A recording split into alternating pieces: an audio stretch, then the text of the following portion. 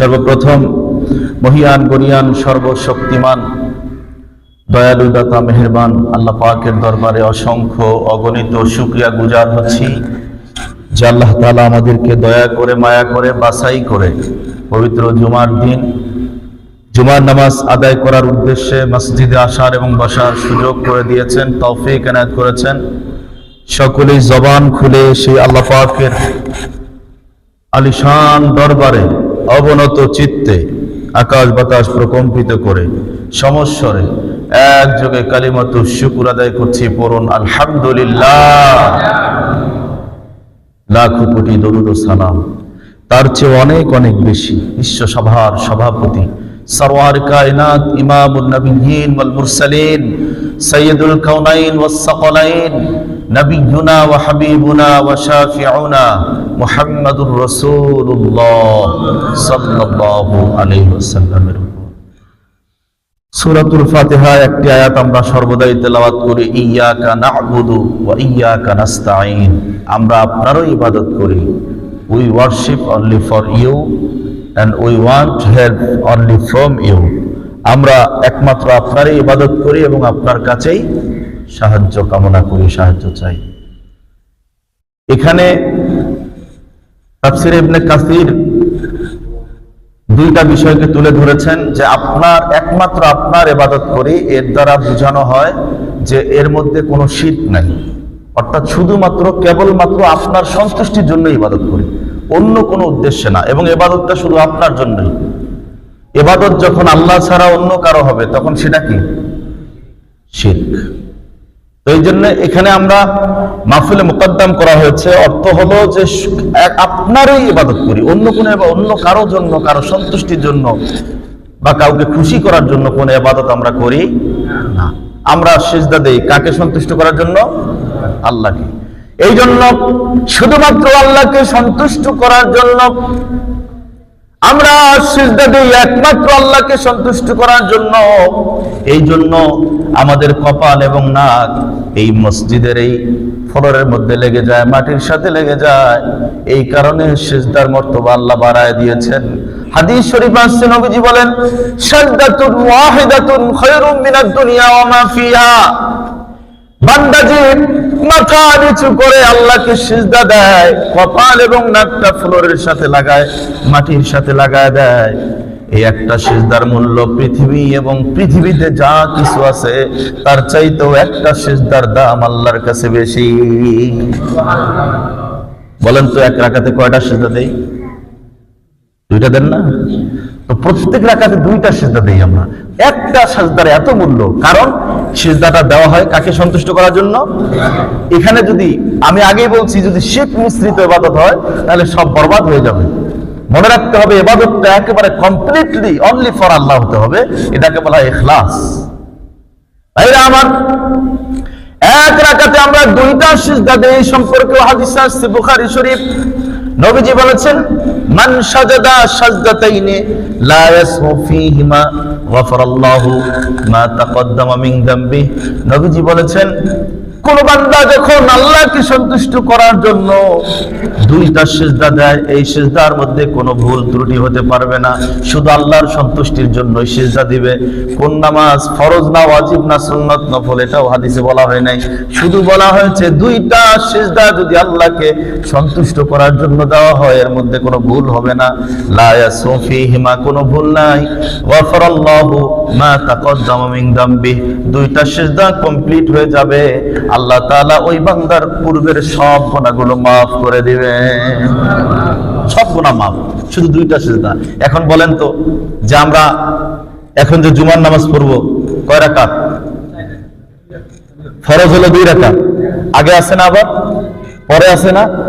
আবার বাংলাদেশে এটা নিয়ে ফতোয়াবাজি আছে যে আগের কবলা জুমা বাদা জুমা এগুলো নাই।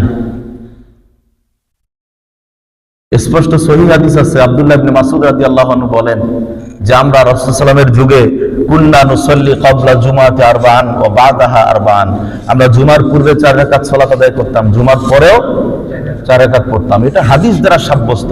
সাহাবাগণের কথা কেউ অস্বীকার করে এত ইবাদতকে শর্টকাট করা, এটা কোন ধরনের ইসলাম নিয়ে আসা হচ্ছে? কারণ ওটা যদি কথার কথা বলতেছি, তর্কের খাতিরে যদি নাও থাকে তো তারপরেও যে আমরা 4 রাকাত পড়বো, এখানে সিজদা নাই, এখানে কি রুকু নাই, তো রুকু সিজদা কখনো বৃথা যায়?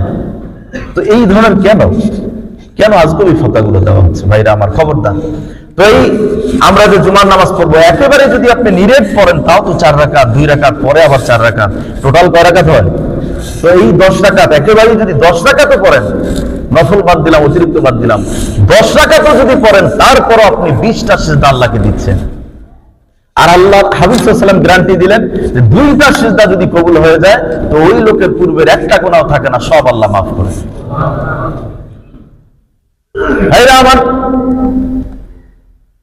এই জন্য ইবাদত শুধুমাত্র আল্লাহর জন্য হতে হবে, এটাকে বলা হয় ইখলাস। নবীজি বললেন, তোমার ইবাদতের ভিতরে কোনোভাবেই যেন শিরক না চলে আসে। শিরক যদি আসে তাহলে ইবাদত বরবাদ হয়ে যাবে, মানুষের জীবনের আমলনামা, পুরা আমলনামা ধ্বংস হবে। এমন কোন গুনাহ আমি দেখি নাই, শুধুমাত্র একটা বিষয়ে কোরআন হাদিস ঘেটে পেয়েছি, সেটা হলো শিরক। এটা এমন একটা জঘন্য অপরাধ, আপনি যদি জীবনে একবার করেন আপনার পূর্বের সব আমলগুলো ডিলিট হয়ে যাবে।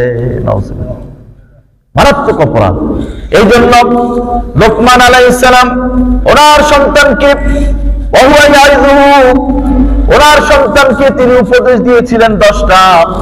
আল্লাহ তাআলা এত পছন্দ করেছেন উপদেশগুলোকে, এই উপদেশগুলোকে আল্লাহ তাআলা সূরা লোকমানের ভিতরে আয়াত হিসেবে নাজিল করে দিয়েছেন।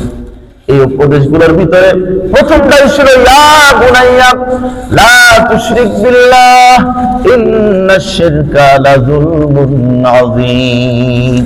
হে আমার সন্তান, খবরদার আল্লাহর সাথে কোনো শিরক করো না, অংশীদারিত্ব স্থাপন করবে না, কারণ শিরকটা হচ্ছে মহা অপরাধ, মহা অন্যায়, মহা জুলুম। কারণ সব শেষ হয়ে যাবে, জীবন আপনার কোনো আমল থাকবে না, সব বরবাদ হয়ে যাবে। আমরা আমাদের দেশে অতি আবেগী মুসলমান, সিজদাটা হতে হবে আল্লাহকে। অনেকে মাজারেও গিয়ে সিজদা দেয়।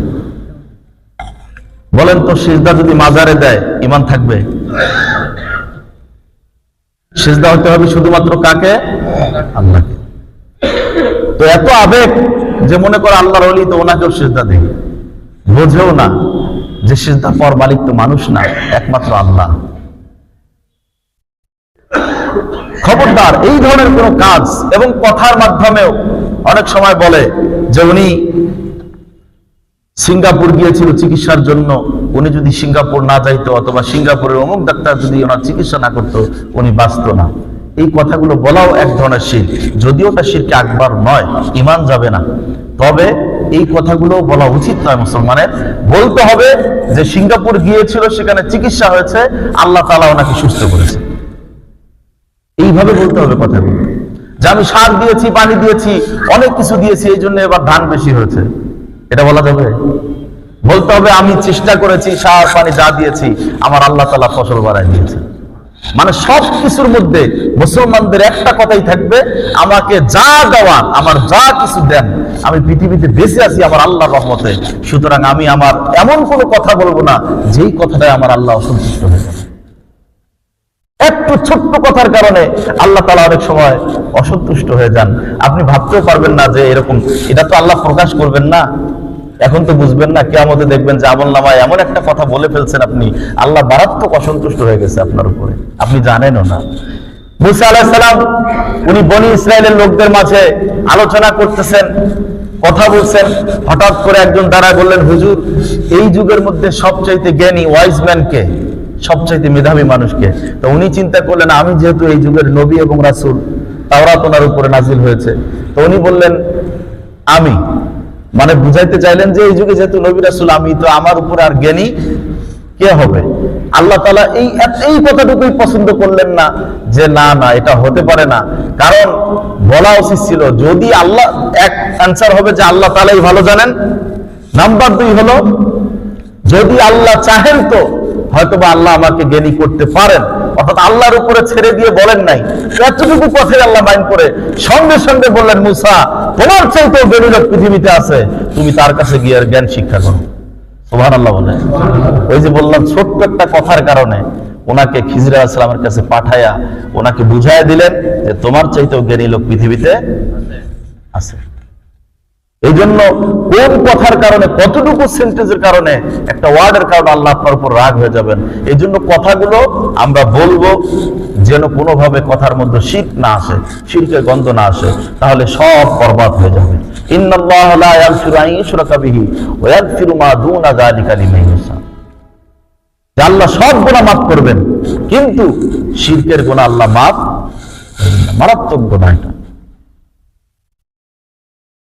আর এটা আল্লাহর হাবিব গ্যারান্টি দিয়েছেন, আমার উম্মতেরা জীবনে যদি নেক আমল করো কিন্তু কোনোদিন আমার সাথে শিরক করো নাই, আল্লাহর হাবিব গ্যারান্টি দিয়েছেন আল্লাহর সাথে জীবনে কখনো শিরক করো নাই, এরকম আমল যদি করতে পারো, নবীজি গ্যারান্টি দিয়েছেন মান মাতা মিন উম্মতি লা ইউশরিকু বিল্লাহি শাইআন দাখালাল জান্নাহ। নবীজি বলেছেন জীবনে যদি শিরক না থাকে, আমি নবী গ্যারান্টি দিলাম আমার সেই উম্মত জান্নাতে চলে যাবে। হাদিসটা বুখারী শরীফের 1237 নম্বর। নবীজি গ্যারান্টি দিয়েছেন শিরক যদি না করে কেউ, আমল যা করছে করছে, যদি শিরক না করে, তাহলে নবীজি গ্যারান্টি দিয়েছেন আমার সেই উম্মত জান্নাতে যাবে। আরেকটা হাদিস 1397 নম্বর হাদিস, আন আবি হুরায়রা রাদিয়াল্লাহু তাআলা আনহু আন্না আরবিয়ান আতান নবী সাল্লাল্লাহু আলাইহি ওয়াসাল্লাম, একজন আরব বেদুইন নবীজির কাছে আসলেন, এসে বললেন দুল্লানি আলা আমালিন, এমন কিছু আমল আপনি বলে দেন যে আমলগুলো করলে আমি আল্লাহর জান্নাতে যাব। দুল্লানি আলা আমালিন ইযা আমালতুহু দাখালতুল জান্নাহ, এমন কিছু আমল বলে দেন আমি সেই আমলগুলো করলে আল্লাহর জান্নাতে প্রবেশ করব। নবীজি বললেন প্রথমটাই হলো তা'বুদুল্লাহ, কি করো? আল্লাহর ইবাদত করো। প্রথম কথাটাই বললেন আল্লাহর ইবাদত বেশি বেশি করে করো। ওয়ালা তুশরিকু বিহি শাইআন, আর আল্লাহর সাথে কোনো কিছু শিরক করবে না। নাম্বার 3 হলো তুকিমুস সালাতাল মাকতুবাতা, ফরজ নামাজগুলো ঠিকভাবে আদায় করো। ওয়া তুআদ্দি যাকাতাল মাফরুদাতা, ফরজ যাকাত ঠিকভাবে আদায় করো। ওয়া তাসুমু রমাদান, রমজান মাসে রোজা রাখো। ওয়া তাস্তাহুজ্জুল বাইতা, যদি তোমার উপরে হজ ফরজ হয়ে থাকে হজ আদায় করো। উনি বললেন আরো কিছু আছে? নবীজি বললেন না, এগুলোই যথেষ্ট, কমপ্লিট সিলেবাস তোমার জন্য। ওই আরব বেদুইন নবীকে তাকে বললেন ইয়া রাসূলুল্লাহ, আপনি যা বললেন ওয়াল্লাহি নাফসি বিয়াদিহি, যার হাতে আমার প্রাণ, সে আল্লাহর কসম করে বলছি লা জিদু আলা হাদা, এর চাইতে কিন্তু আমি বেশি কিছু করব না। বেদুইন তো, আরব বেদুইন তো একটু মূর্খ টাইপের, বলতেছে এর চাইতে বেশি কিছু করব না, কিন্তু আপনি যা বলছেন তাই। তো যা বলছে এর মধ্যে কি কিছু বাদ গেছে নাকি? তা'বুদুল্লাহ মানে আল্লাহর ইবাদত করো। ইবাদতের মধ্যে অনেক কথা, লা তুশরিকু বিহি শাইআন, আল্লাহর সাথে শিরক করো না, যা যা বলছেন এর মধ্যে আসলে সবই চলেও আসছে। উনি বললেন লা আযীদু আলা হাযা, আমি কিন্তু এর চেয়ে বাড়ায় বলবো না। এটা হচ্ছে বুখারী শরীফের riwayat।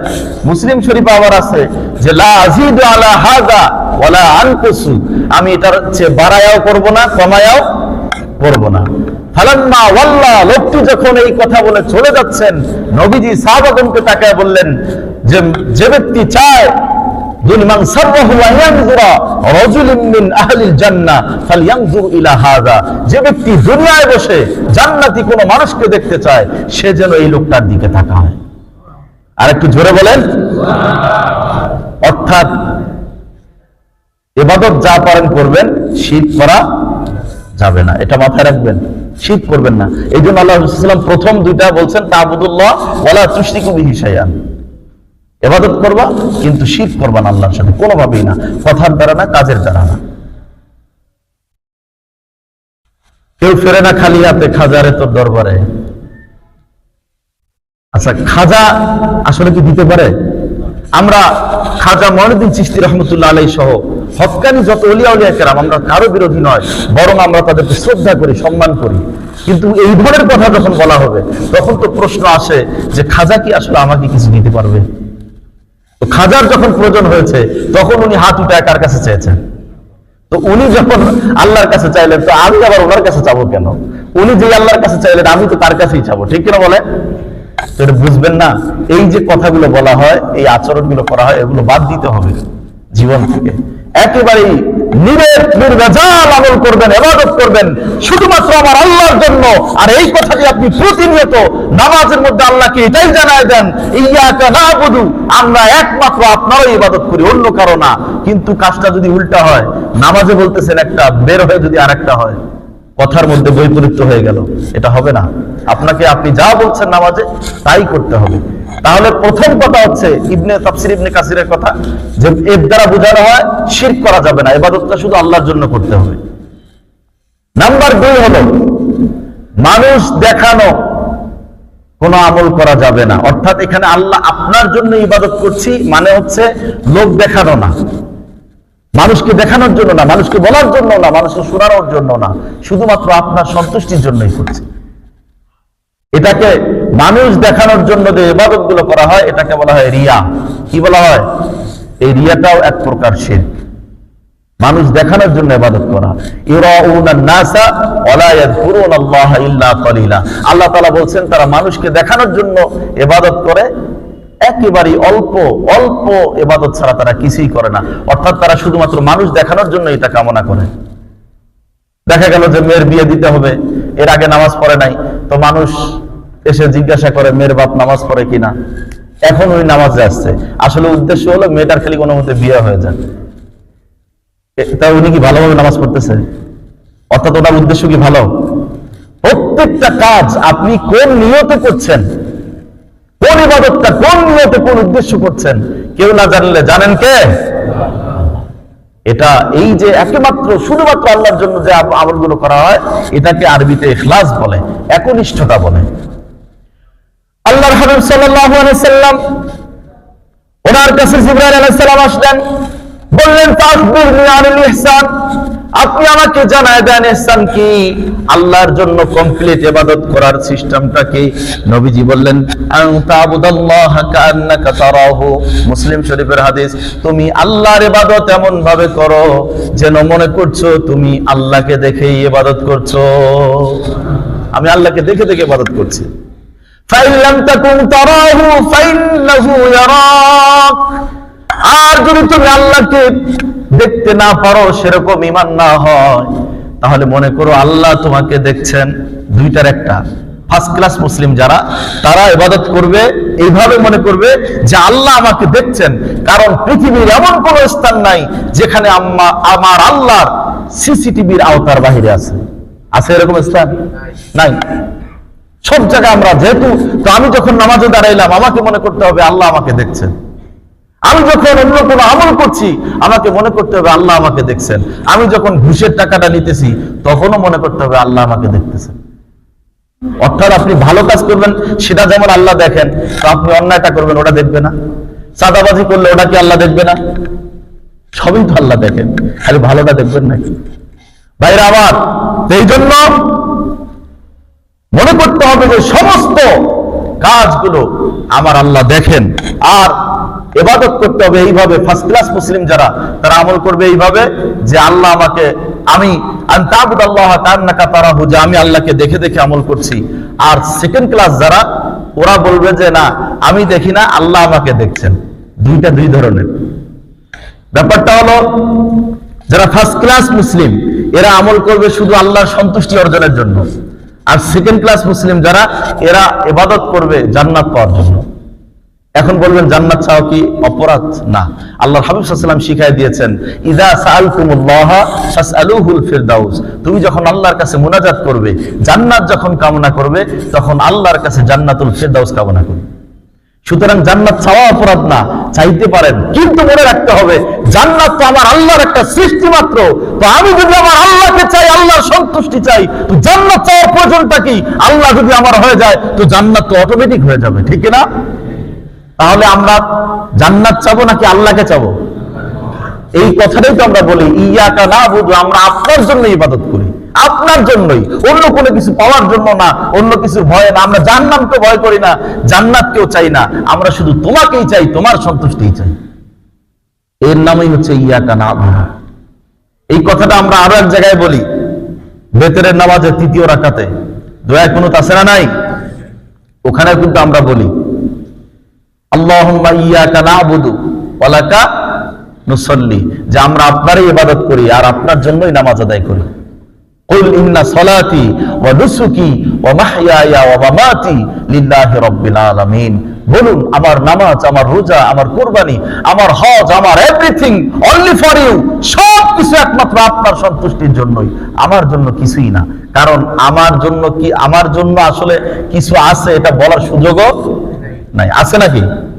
আজকে আপনি যেই জায়গায় আছেন, আপনি মারা যান, কালকে ওই জায়গার মালিক আর আপনি নাই, সব আউট হয়ে গেছে, আরেকজন মালিক হয়ে গেছে। 200 বছর পরে যা দেখেন আপনার বংশের কেউ এই জায়গার মালিকই নাই, টোটালি আপনার বংশই আউট হয়ে গেছে ওখান থেকে। হয় কিনা এরকম? তাহলে আপনি কিসের মালিক? আপনি, আপনার কিছুই নেই, আমার সব কিছু আমার আল্লাহর জন্য। এই কথাটা আপনার স্বীকৃতি দিতে হবে, আর এটাই আমরা নামাজি বলি।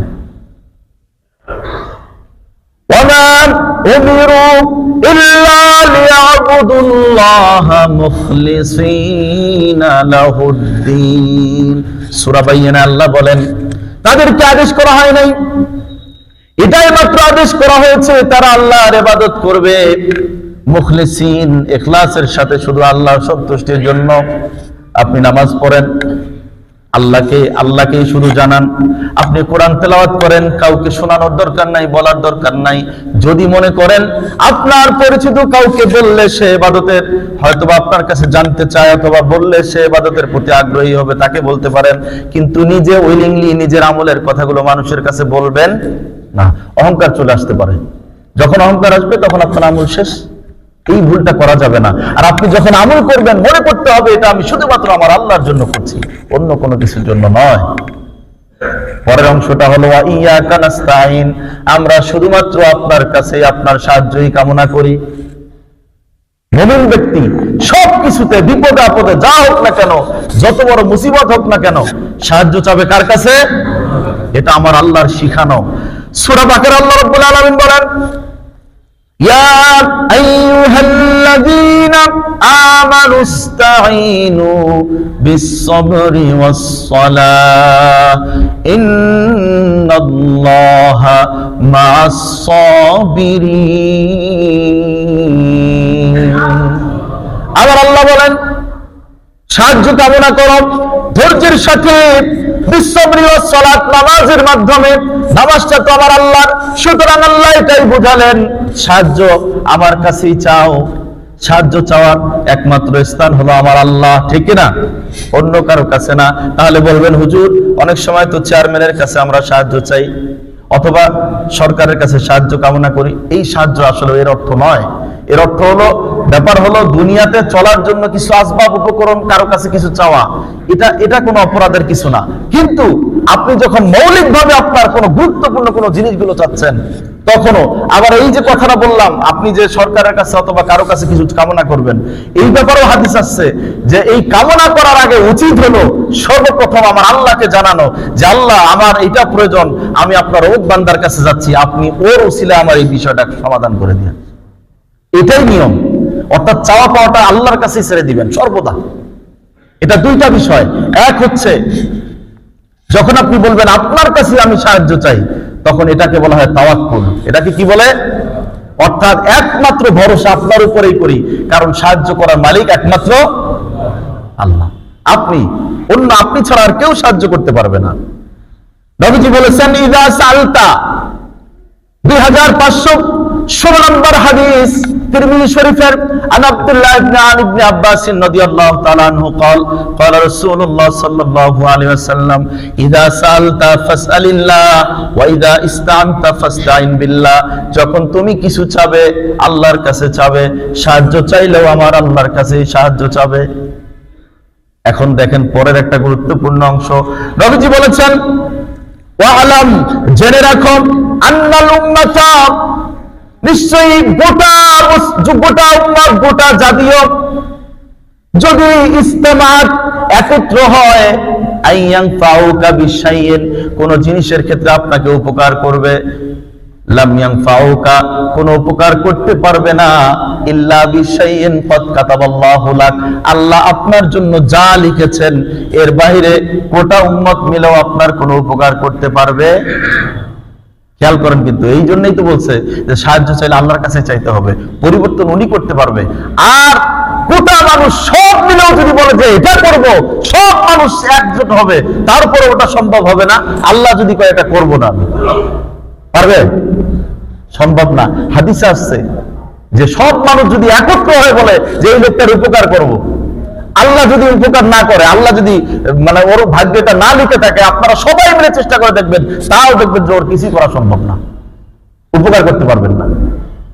আবার এটাও বলা আছে যে যদি লাউ ইস্তামাত, আবার যদি তারা একত্র হয়, আইয়াদুরুকা বিশাইইন, যে কোন ধরনের তোমার ক্ষতি করার জন্য, তোমাকে ক্ষতি করবে, তোমাকে বিপদে ফেলবে, একজোট হয়েছে সবাই, কিন্তু লাম ইয়াদুরুকা ইল্লা বিশাইইন ক্বাদ কাতাবাল্লাহু আলাইক, আল্লাহ তাআলা তোমাকে যে জিনিসটা তোমার জন্য ক্ষতিতে লিখে রাখেন, এছাড়া অন্য সব মানুষ যদি মিলে তোমার ক্ষতি করতে চায়, চুল পরিমাণ ক্ষতি তোমার করতে পারবে না। সুবহানাল্লাহ বলেন। এটা হচ্ছে হাদিস, বুঝতে হবে। এর নাম হলো তাওয়াক্কুল। এই জন্য আমরা সাহায্য চাবো কার কাছে? নবী রাসূলগণ কিন্তু এটাই করেছেন, অনেক বিপদে পড়েছেন, অনেক। আইয়ুব আলাইহিস সালাম এত বড় বিপদ ওনার হয়েছে, ওনার স্ত্রী, সন্তান, ওনার সম্পদ, ওনার রাজত্ব সব চলে গিয়েছিল, এমনকি কেউ নাই ওনার পাশে। এমন রোগ আল্লাহ দিলেন, এত বড় পরীক্ষা ফেললেন, এত বড় পরীক্ষা আপনি কল্পনা করতে পারবেন না। ওনার জীবনী পড়ে দেখেন, এত বড় পরীক্ষা আল্লাহ ওনাকে ফেলেছেন, সব ওনার চোখের সামনে চলে গেছে, বিশাল রাজত্ব সব চুরমার হয়ে গেছে, স্ত্রী সন্তান চলে গেছে, সন্তানগুলো সব মারা গিয়েছে। এমন রোগ আল্লাহ দিল, শেষ পর্যন্ত সমাজের মানুষও তাকে থাকতে দিল না, সমাজ থেকে বের করে তাকে জঙ্গলে রাখা হলো।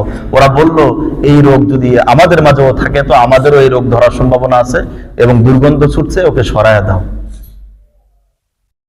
আমার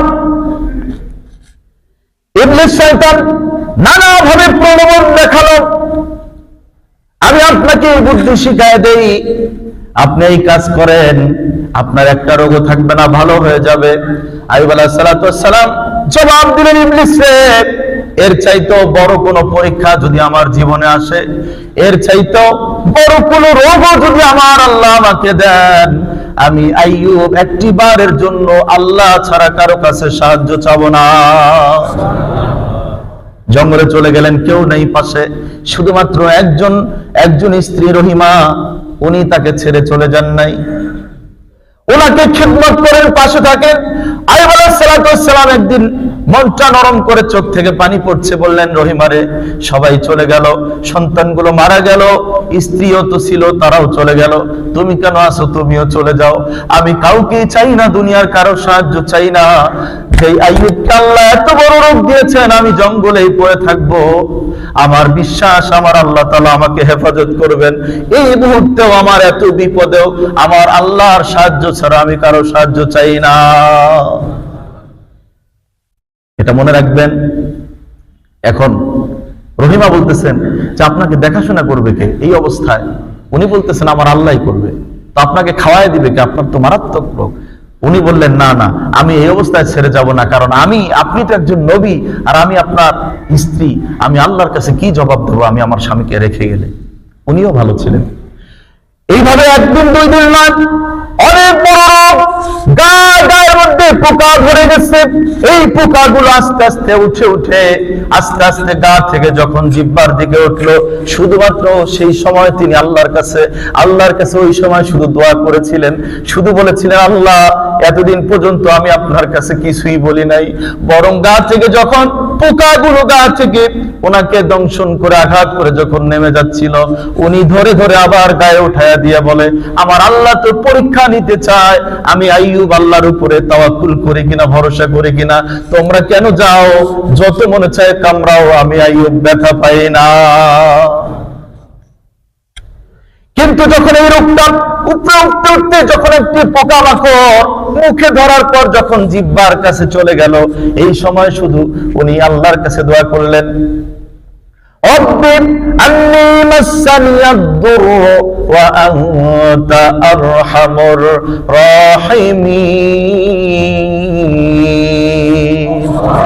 ওই সময় শুধু বলেন, আল্লাহ, আমার কষ্ট হচ্ছে, আমি ব্যথা পাচ্ছি, এই জন্য সেই ব্যাখ্যাটাও এসেছে, আমি আমার জিহ্বার জন্য না, শরীরের জন্য না, আমি একটি মাত্র কারণে একটি মাত্র কারণে আপনার কাছে এইবার আমি সাহায্য চাই।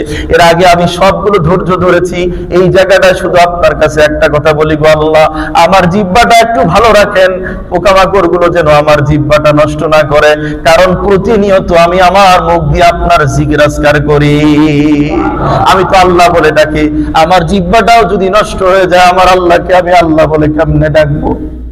এত বড় বিপদের মধ্যেও আমার আল্লাহর সাহায্য ছাড়া উনি কিছুই চান নাই, শুধু আল্লাহ আল্লাহ বলেছেন।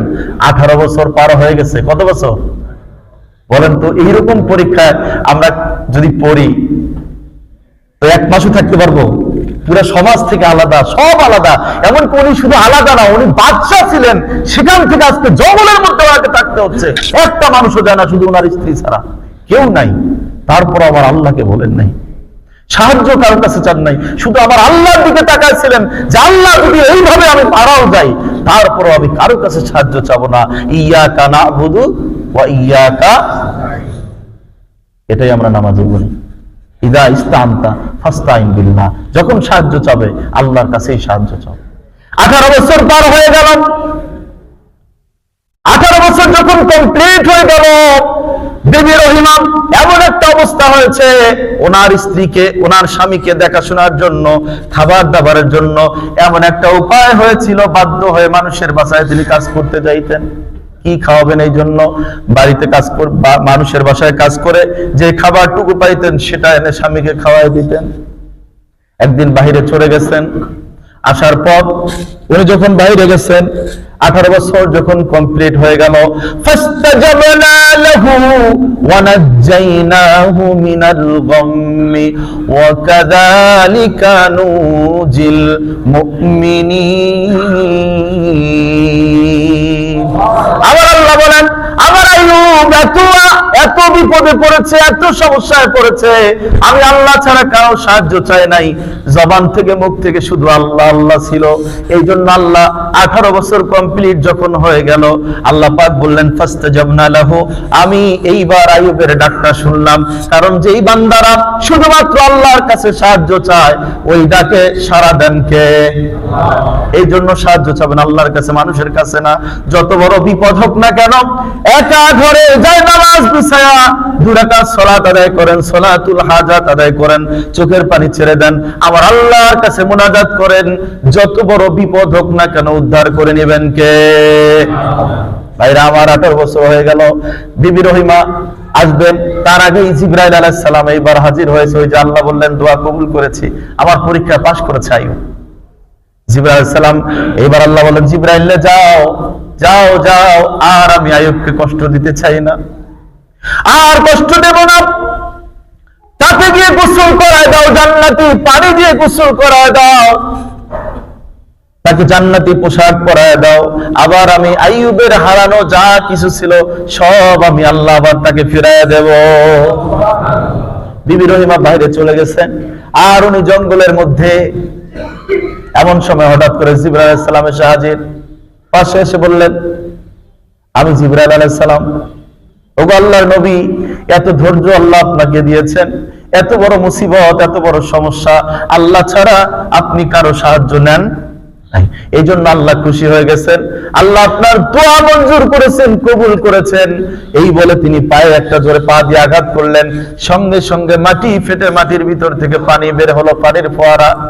এই পানিগুলো দিয়ে জিবরাইল আলাইহিস সালাম বললেন, এই পানি দিয়ে আপনি গোসল করেন।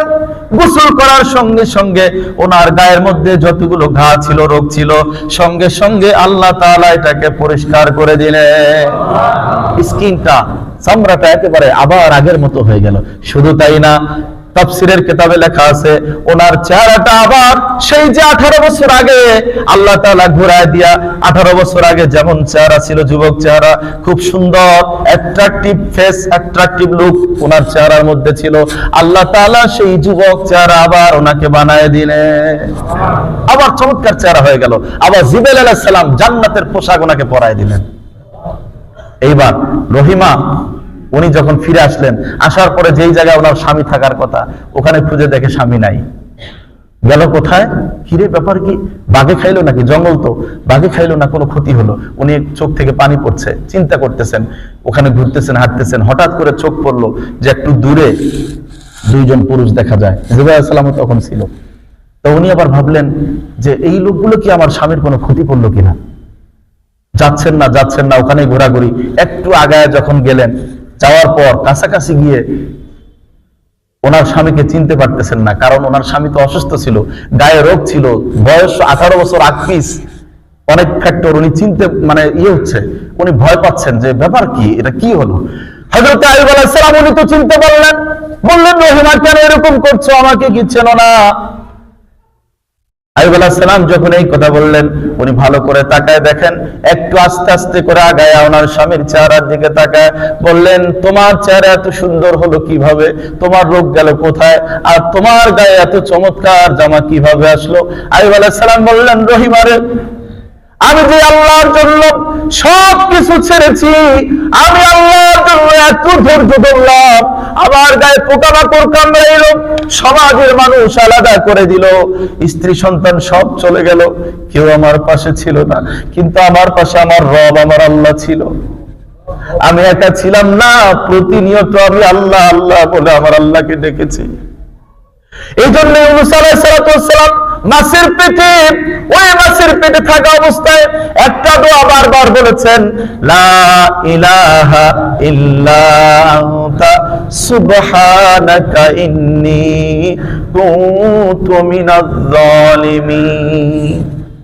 এটাকে আমরা বড় দোয়া বলি, দোয়া ইউনূস বলি। ইউনূস আলাইহিস সালাম মাছের পেটে ছিলেন, এর পিছনে একটা কারণ আছে। তো মাছের পেটে 40 দিন শুধুমাত্র এইটাই বলছেন, লা ইলাহা ইল্লা আনতা সুবহানাকা ইন্নী কুনতু মিনাজ জালিমিন। বলতেই আছেন, শুধু বলতেছেন আল্লাহ আমি অপরাধ করেছি, আমার ভুল হয়েছে, আপনি মাফ করে দেন, আপনি ছাড়া আমার কোনো ইলাহ নাই, আপনি আমার সাহায্যের স্থল, আপনি আমার রব, আমি আপনার সন্তুষ্টি চাই। বলতে বলতে 40 দিন যখন হয়ে গেল, মাছের পেটে ব্যথা আসলো, মুখ থেকে পেট থেকে বের করে নদীর কিনারায় তাকে ফেলায় দিয়ে বাঁচায় দিলেন। সাহায্য চাবেন কার কাছে? এটা মনে রাখতে হবে। আপনি নামাজে তো তাই বলেন, ইয়াকা না'বুদু, আমরা আপনারই ইবাদত করি, ওয়া ইয়াকা নাস্তাঈন, এবং আপনার কাছে সাহায্য চাই। এই কথাটা আপনাকে জীবনে মানতে হবে, বুঝতে হবে। শিরক করা যাবে না, ইবাদতটা হবে নির্ভেজাল শুধুমাত্র আল্লাহর জন্য, ইখলাসের সাথে। নাম্বার 2 হচ্ছে মানুষ দেখানো কোনো ইবাদত করা যাবে না, আর সাহায্য চাইতে হবে একমাত্র আল্লাহর কাছে। ইদা ইস্তাআনতা ফাস্তাইন বিল্লাহ, এই কথাটা মনে রাখতে হবে। আল্লাহর নবী বলেছেন, তোমার জুতার ফিতাও যদি ছিঁড়ে যায়, তো এই ফিতাটার জন্য সাহায্য চাও আল্লাহর কাছে। তুমি যদি ঘোড়ার উপরে থাকো, ঘোড়া থেকে তোমার হাত থেকে যদি চাবুকটাও পড়ে যায়, এই সাহায্যটা তুমি আল্লাহর কাছে চাবে। অর্থাৎ এটাই বোঝাচ্ছেন যে তোমার ছোট বড় যত বড় বিপদ আপদ হোক না কেন, সর্বদাই আমার আল্লাহর কাছে সাহায্য চাওয়া, কারণ তিনি এমন একজন মালিক যিনি বান্দার সমস্ত বিপদ আপদে পাশে থাকে। ভাইরা আমার, এই জন্য আমরা নামাজের মধ্যে যে কথাটা বলবো, আমরা যেন বাস্তবে প্র্যাকটিক্যালি সেই আমলটা আমরা করতে পারি। আল্লাহ পাক তৌফিক দান করুক। সকলে বলি আমিন।